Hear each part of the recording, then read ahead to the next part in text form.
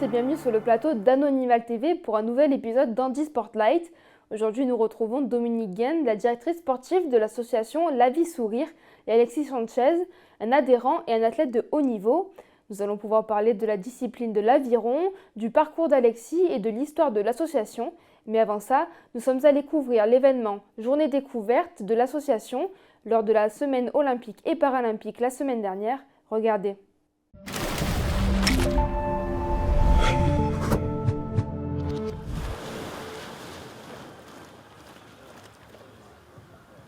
Le 3 avril dernier, l'association marseillaise La Vie Sourire a proposé une journée découverte des sports nautiques dans le cadre de la semaine olympique et paralympique. Donc aujourd'hui, on est sur la journée découverte du dispositif Sport Handi Nautique Corbière.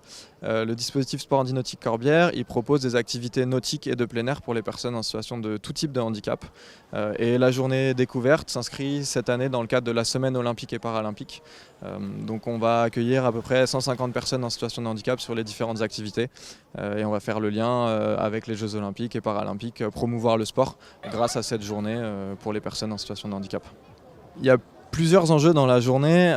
Le premier, c'est de faire découvrir des activités nautiques et de plein air pour les personnes en situation de handicap, qu'elles puissent derrière s'orienter vers les structures et les associations qui animent ces activités aujourd'hui, donc développer une pratique pérenne pour les personnes en situation de handicap.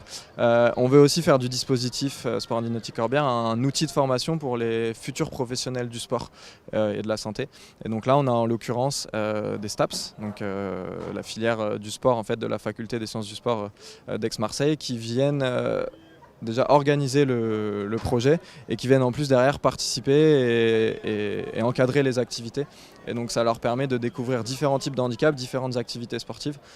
Et donc on veut être aussi outil de formation. Et le troisième axe, c'est on veut être aussi un outil de sensibilisation sur différents sujets. On a un village d'animation sur lequel on propose une initiation au braille, une initiation à la langue des signes. Une sensibilisation à l'environnement, une sensibilisation aussi à l'écologie et à la nutrition. Donc voilà, on veut rendre tout ça accessible aux personnes en situation de handicap et c'est ce qu'on regroupe sur une seule journée. Le dispositif Sport Handi Nautique Corbière est labellisé Impact 2024, donc c'est un engagement en termes de qualité et c'est reconnu par les Jeux Olympiques et Paralympiques de Paris 2024. Et donc on s'inscrit dans cette démarche d'héritage. Et l'idée c'est que voilà, les 1800 personnes en situation de handicap qu'on reçoit chaque année sur le dispositif continuent à participer en tout cas aux activités sportives après les Jeux. Et donc nous on sera là et on se développe grâce aux Jeux Olympiques et Paralympiques et avec cette notion d'héritage derrière. Au programme, du kayak, de la voile, de l'aviron, des rames traditionnelles marseillaises, de l'ergomètre et un village d'animation axé sur la sensibilisation. Des étudiants en stage spécialisation APAS étaient également présents pour aider à l'organisation. C'est le cas d'Inès et Chloé. Nous, on a eu l'occasion de faire la journée une première fois en tant qu'étudiante, du coup, dans le cadre de nos cours en septembre. Et après, ça s'est avéré que on nous l'a présenté comme un projet qu'on pouvait prendre tout au long de l'année. Et c'est vrai que c'était un projet qui nous plaisait. On trouve que c'est un très beau projet qui a plein de perspectives d'évolution.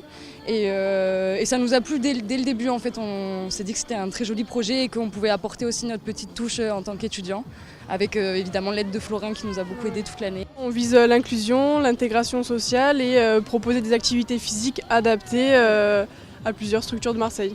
Puis c'est aussi une façon pour nous de proposer, pour beaucoup ça peut aussi être une découverte des activités nautiques, une occasion d'en faire parce que c'est vrai qu'on n'a pas toujours l'occasion d'en faire. Donc voilà, l'idée c'est que tout le monde passe une bonne journée et puisse profiter de toutes ces activités. Les épreuves de voile handisport ne seront pas disputées, mais l'aviron en rivière aura bien des épreuves entre le 28 août et le 8 septembre 2024.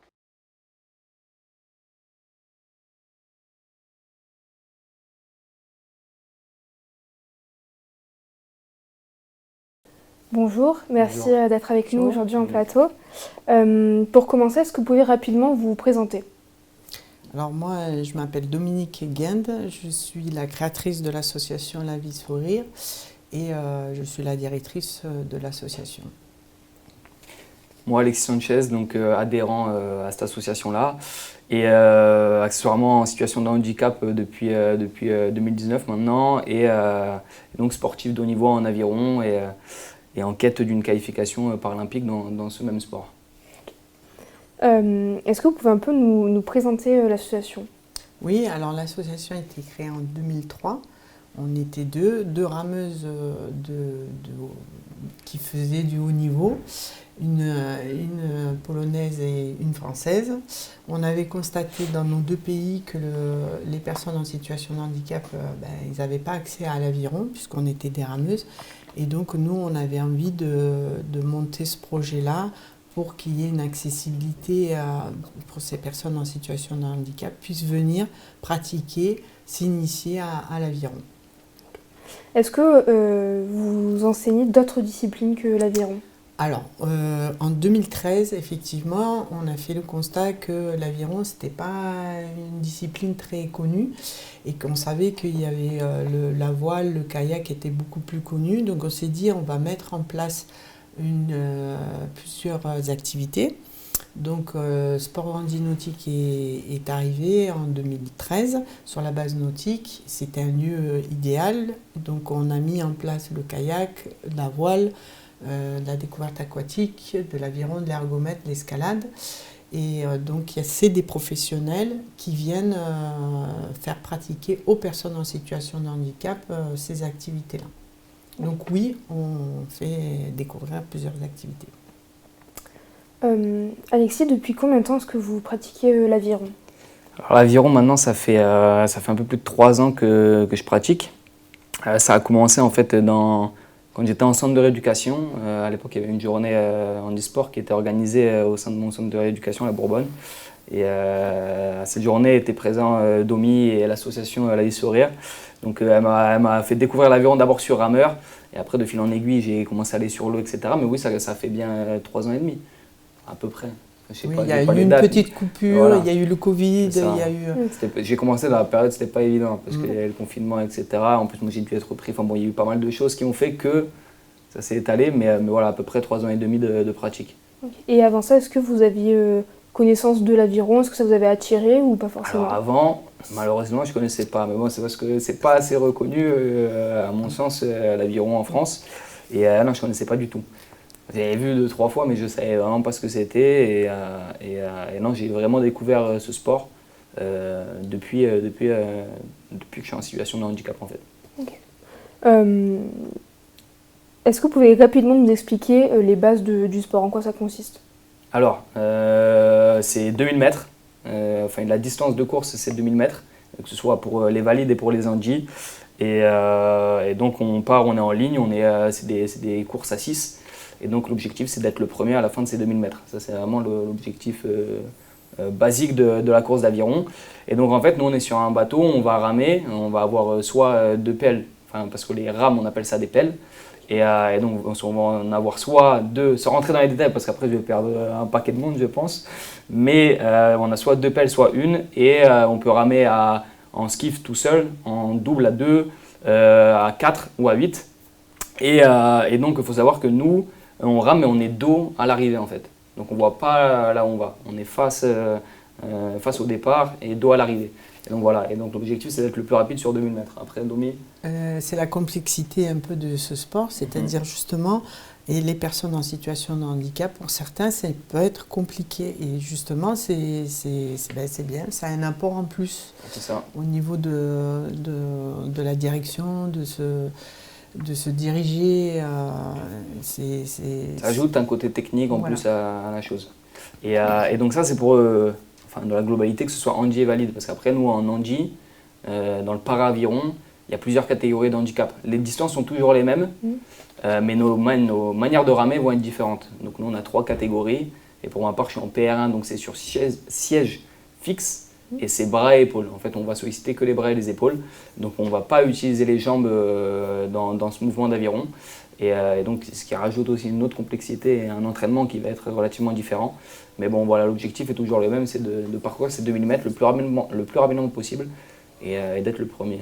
Okay. Et puis, il y a le PR2. Parce qu'il y a... Après, tu as PR2, tu as PR3. PR2, PR3. PR2, c'est le bras-corps. Et il l'utilise bien en pleine la mobilité du tronc. Voilà, du tronc. Et après, il y a les PR3, qui sont debout, ce que j'appelle des debout. Alors, ça peut être des non-voyants, des hémiplégiques. qui voient pratiquent. l'usage des jambes. Ouais. Voilà. Et ils sont comme les valides. En fait, ils utilisent les mêmes bateaux. Voilà, les mêmes bateaux et surtout ils utilisent la coulisse puisqu'ils utilisent leurs jambes, comme les valides. Ouais. Et justement, là vous parlez des catégories. Est-ce qu'il y a d'autres façons d'adapter l'aviron aux personnes qui sont en situation de handicap? Oui, on peut, disons qu'on a construit déjà, enfin moi j'ai fait construire déjà des bateaux où on pouvait accueillir sur un même bateau plusieurs personnes en situation de handicap. Après ça demande une connaissance et puis il faut demander aux constructeurs de nous préparer le bateau en conséquence. Et c'est plutôt sur les bateaux de mer, parce que ce qu'a oublié de dire Alexis, c'est que l'on est ou sur la mer ou sur la rivière. Lui, il pratique en rivière, en mer, mais surtout en rivière. Voilà. Et tous les types de handicap peuvent pratiquer l'aviron ou il y en a où c'est trop compliqué? Alors, oui, tous les types de handicap peuvent pratiquer l'aviron. En fait, moi, quand je les accueille, je les mets sur la machine. Et c'est là où je détermine s'ils peuvent aller après sur l'eau. Sur le rameur, ouais. Voilà, on passe par le rameur. Et après, suivant le handicap, parce qu'il y en a qui vont avoir des difficultés à tirer, déjà rien qu'à tirer. Et donc, pendant un moment, on va les laisser sur la machine, le temps qu'ils se prennent la force. Et après, on les mettra sur les bateaux adaptés. Juste pour expliquer aux gens, un rameur, c'est la machine. Dans les salles de musculation. Voilà. C'est le. Oui, c'est ça. Okay. C'est un ergomètre en fait, mais Ergomètre, personne n'a le terme, donc on dit rameur. Ok. C'est ça. Est-ce que vous pouvez nous expliquer un entraînement type pour vous, ce que c'est Alors nous, on a plusieurs types d'entraînements. On va avoir soit des entraînements spécifiques, donc on va être sur l'eau. On va avoir des entraînements sur rameur. On va avoir des entraînements de musculation. On va avoir des entraînements de mobilité. Enfin, après, quand on arrive dans le haut niveau, on va dire, on va avoir tout un tas d'entraînements différents. Et donc, quand ça va être sur l'eau, faut savoir que nous, c'est un effort, c'est un sprint long. C'est 8-9 minutes dans ma catégorie d'effort. Et donc, il faut préparer le corps à ça. Donc, ça va être des entraînements qui vont être, on va dire, à des basses intensités pendant longtemps. Après, pas forcément rentrer dans les détails de tous les entraînements, mais on va dire qu'on est en général à 2 entraînements par jour. Et donc avec beaucoup de volume d'entraînement et surtout de la basse intensité pour travailler la caisse en fait. C'est un sport où on essaye de travailler beaucoup la caisse et en fait c'est de développer le maximum de puissance en économisant le maximum d'énergie donc à chaque coup. Et ça veut dire que des courses, nous on a 300 coups d'aviron, donc il faut être capable de développer le maximum de puissance en s'économisant le plus possible pour être capable de tenir sur ces 9 minutes d'effort quoi. Okay. Donc c'est beaucoup d'entraînement, beaucoup de volume. Moi je peux rajouter pour les personnes qui viennent pour s'entretenir, ça peut être de 1 à 3 fois par semaine, ça suffit largement. Oui, c'est vraiment le cas au niveau... Oui, voilà. Oui, c'est ça. Okay. Voilà, c'est ça. Qu'est-ce que la discipline elle vous apporte, que ce soit mentalement, physiquement Alors moi elle m'a énormément apporté les deux, que ce soit physiquement et mentalement. Il faut savoir que mon handicap, ça demande une grosse condition physique. Donc ça m'a permis déjà dans mes débuts, quand je commençais à m'entraîner en aviron, et au début c'était pas forcément 2 fois par jour, j'étais pas encore dans le haut niveau, ça me permettait déjà de travailler aussi ma caisse et donc m'aider ensuite dans la marche, dans ma vie quotidienne. Donc dans un premier temps il y avait cet aspect physique là et mentalement aussi, ça m'a énormément apporté parce que déjà on se trouve en fait quand on fait un sport et en plus quand on fait de la compétition derrière on a un peu cette notion d'adversité qui nous pousse à donner le meilleur de nous-mêmes. Donc forcément, on prend en confiance grâce à ça. Moi, je trouve aussi que c'est un peu une sorte de méditation à l'aviron. En fait, c'est chaque coup, on est à la recherche de la perfection à chaque coup. Et donc, c'est un travail sur la respiration, etc. Donc forcément, moi, ça m'apaise aussi de ramer. En plus, on est dans des conditions qui sont formidables. L'avantage, quand on est sur le bateau, c'est que quelle que soit notre condition de handicap, en fait, ça met tout le monde au même niveau. Une fois qu'on est sur le bateau, il n'y a plus de fauteuil, il n'y a plus rien. Et c'est nous et notre bateau et on glisse comme quelqu'un de valide en fait. On va faire glisser le bateau comme quelqu'un de valide. Donc ça aussi c'est un aspect que j'aime beaucoup. Et ouais non, après quand on arrive dans la compétition, dans le haut niveau, c'est vraiment le fait de s'améliorer continuellement. Et ça psychologiquement, moi ça m'importe énormément. C'est de devenir à chaque fois une meilleure version en fait de ce qu'on est, de nous-mêmes. Et donc là-dessus je trouve qu'il y a un gros intérêt psychologique.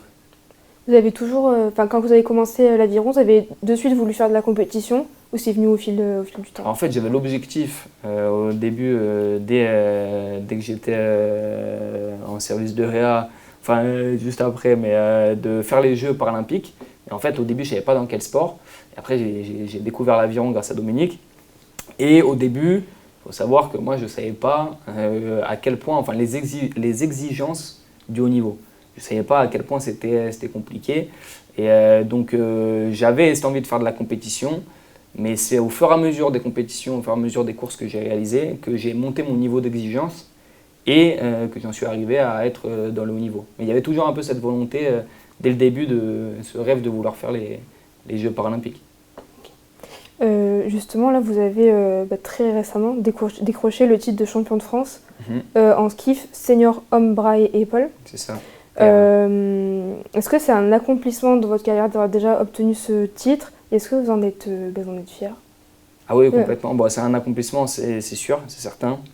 Parce que c'est quelque chose qu'on cherchait depuis un moment avec Domé. On s'entraîne tout le temps pour ça. On fait avec le club, on travaille pour ça, on travaille pour avoir ce titre-là. Mais il faut savoir que c'est juste une étape. Je suis content de l'accomplissement, je suis très fier de ça. Mais au vu de notre objectif final qui est les Jeux, c'était une étape pour prétendre pouvoir aller derrière encore plus loin et pouvoir aller chercher une qualification pour les Jeux.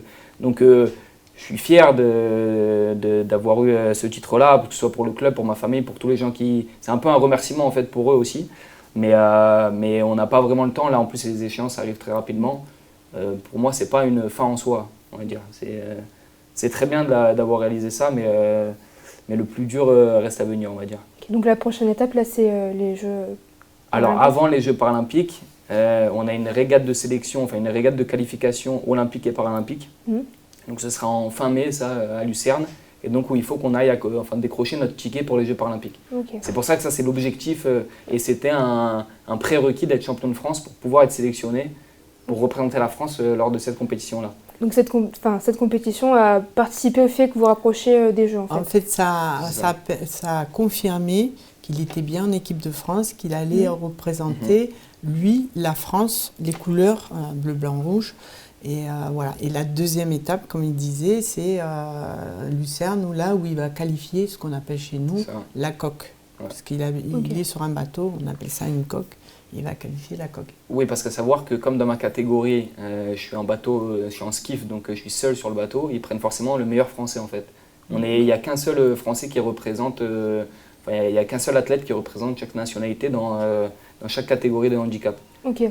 Donc forcément, ils prendront que le meilleur français, donc c'est pour ça qu'il fallait absolument que je sois champion de France pour être sélectionné, pour aller prétendre qualifier le bateau à Lucerne. Et du coup, qu'est-ce que vous avez mis en place justement pour arriver à cet objectif? Alors, on a mis beaucoup de choses en place. Il faut savoir que dans un premier temps, on n'avait pas encore... quand on travaillait de notre côté, que ce n'était pas encore en collectif France, on a mis à travers pas mal de partenariats, que ce soit avec le club et par exemple la fac de sport aussi. On a essayé d'aller chercher, en fait, on a mis en place un schéma de performance qui nous permettait d'aller chercher des compétences un petit peu partout.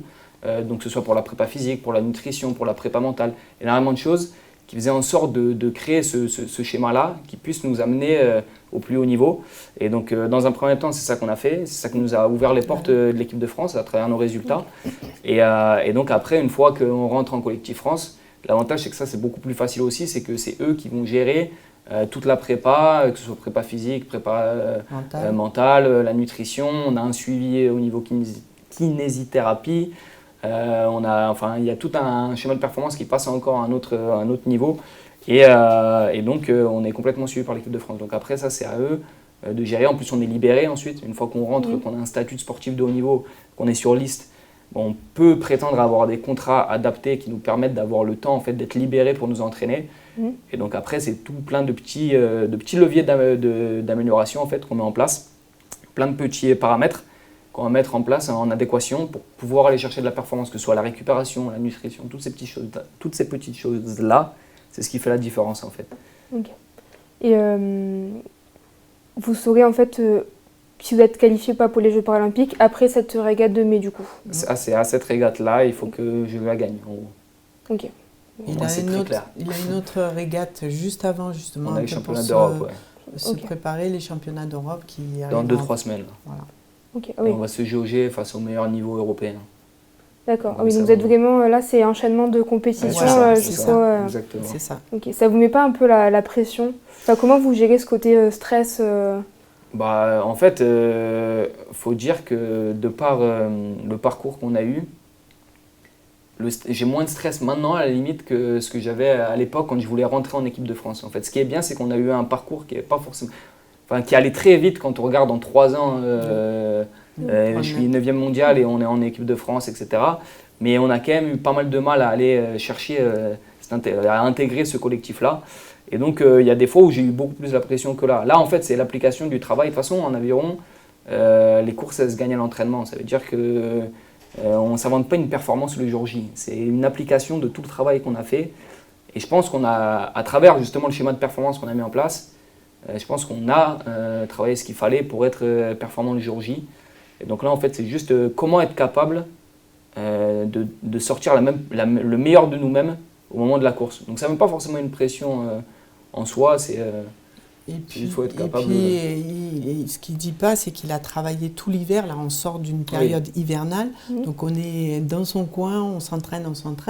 Et puis là, c'est le moment où on va voir. Et puis, on a envie d'aller se confronter contre les adversaires. C'est ça. En plus, l'avantage des championnats d'Europe, c'est que ça nous permet d'avoir des repères face aux meilleurs niveaux européens qui nous donneront des indications aussi sur notre niveau de performance par rapport à la régate de qualification Lucerne.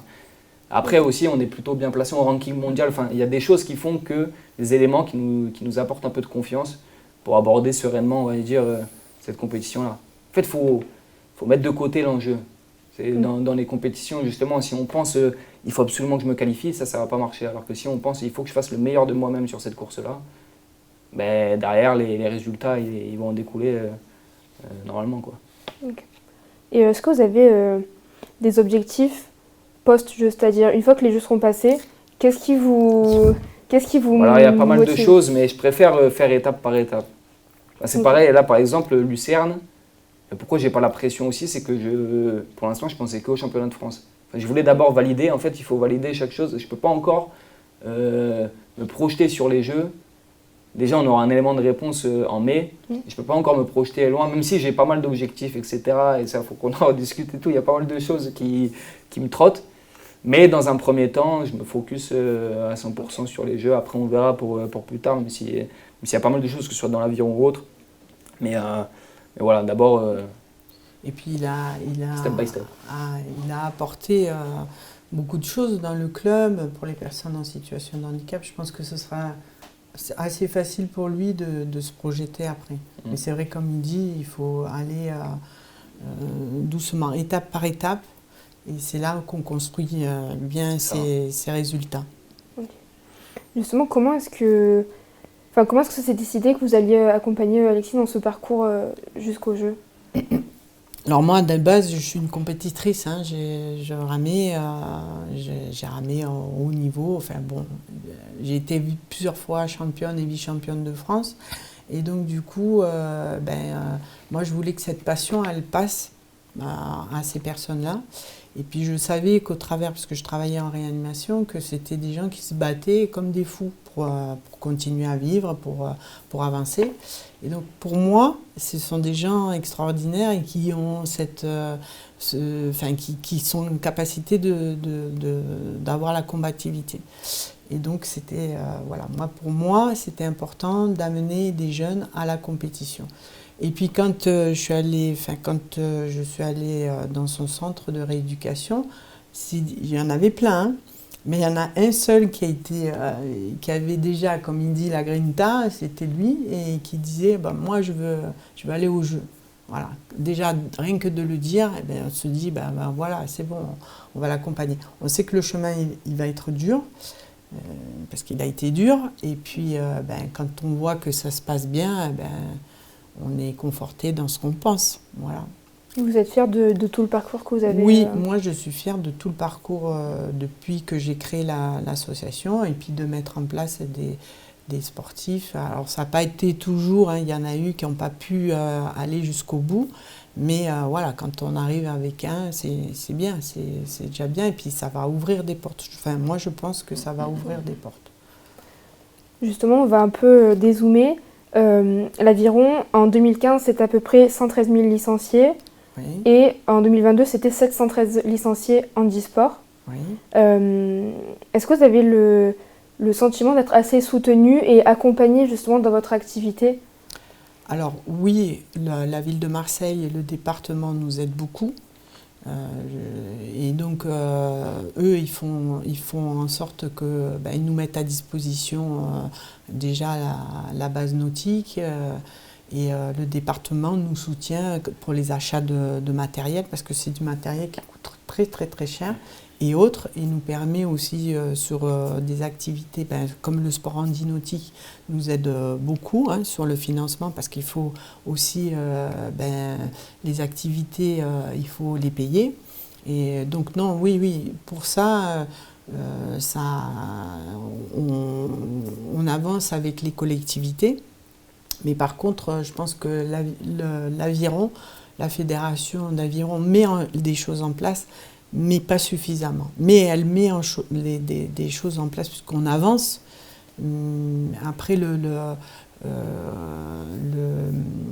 fédération handisport, elle a perdu l'Aviron, l'activité, donc c'est un peu compliqué avec eux de faire développer. Ils essayent, parce que le CD, le département handisport nous aide, viennent quand on fait des activités, ils nous mettent en place des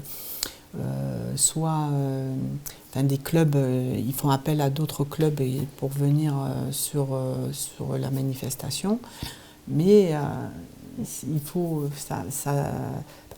il y a encore un peu de travail là-dessus. Voilà. Je tiens juste à rajouter quand même, nous de notre côté, par contre, on a quand même la chance aussi d'avoir une fédération qui nous permet d'avoir tout un tas de matériel, d'équipements, etc. Et de ne pas payer les stages, par exemple, c'est quand même des trucs aussi qui sont...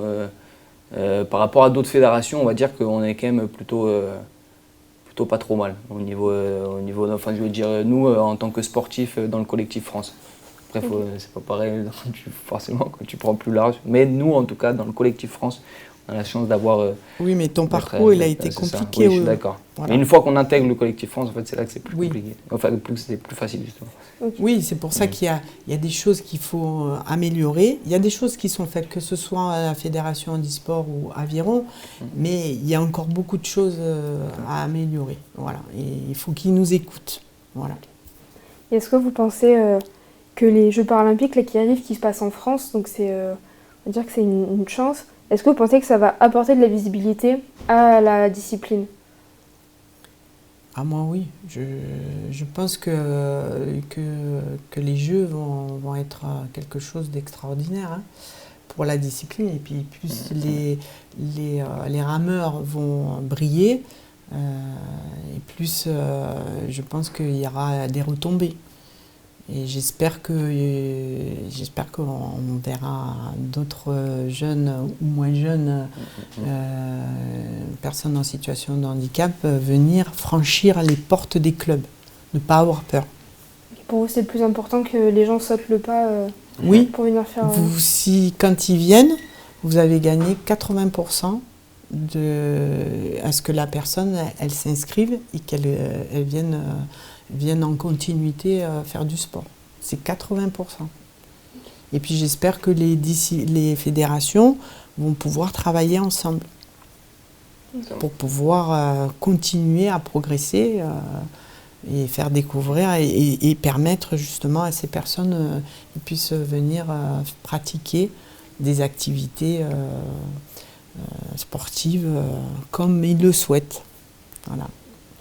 Ce qui serait bien, c'est qu'il y ait un impact vraiment du sport sur la société, enfin que les jeux, parce qu'il y a énormément de valeurs qui sont véhiculées par le sport. Et donc ce serait vraiment une bonne chose que les jeux arrivent à retransmettre un peu ce goût à l'effort, ce goût du sport à la population française en général en fait. Et ça, ce serait vraiment une bonne chose, parce qu'il y a vraiment, enfin, c'est un vecteur important d'énormément de choses, le sport, que ce soit de l'inclusion, de la résilience. Et donc les jeux vont être un peu porteurs de toutes ces notions-là. Donc on espère que ça aidera à même mettre plus les gens au sport, qu'il y ait Oui. une mentalité plus sportive au sein de notre population. Est-ce que vous voulez rajouter quelque chose, passer un dernier message avant de conclure ce plateau? Ben, moi, de dire que l'association, elle n'est pas ouverte qu'aux personnes en situation de handicap, c'est qu'il y a du handi valide, donc c'est important de le dire. Et je pense qu'il faut qu'on ouvre de plus en plus les clubs aux personnes en situation de handicap et que les valides les accueillent. Il faut qu'il y ait un encadrement qui soit, spécifique pour que ces personnes-là puissent venir dans les clubs plus facilement. Voilà. Ça. Moi, comme je disais précédemment, là, je pense qu'il faut vraiment s'appuyer sur les valeurs qui sont portées par des associations comme celle-ci. Parce que le handicap et le sport, je me répète, mais sur le vecteur de résilience et d'inclusion, c'est extrêmement important. Et donc, je pense que la société gagnerait à s'inspirer des valeurs qui sont partagées par des associations comme celle-ci.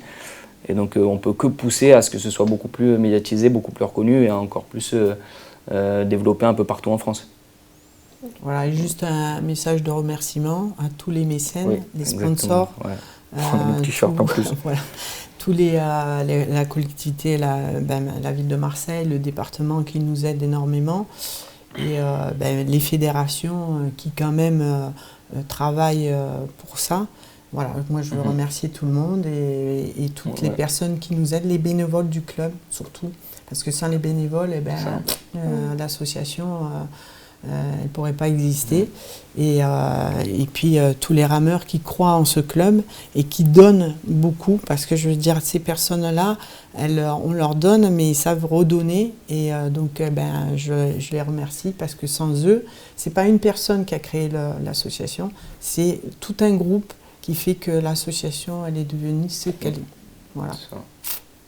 Merci beaucoup à vous d'être venu en plateau avec nous aujourd'hui. Merci. Merci. Très bien.